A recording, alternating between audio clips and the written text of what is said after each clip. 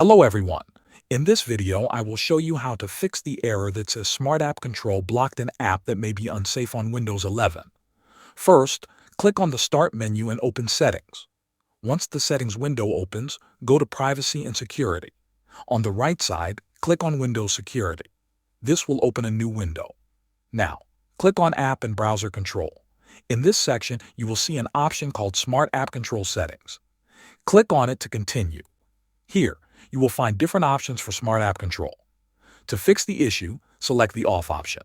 This will disable Smart App Control on your system. After turning it off, try running the app again. It should now open without being blocked. Before you do this, it is important to understand the risk. Smart App Control is designed to protect your computer from unsafe or unknown apps. Turning it off can make your system more vulnerable to harmful software.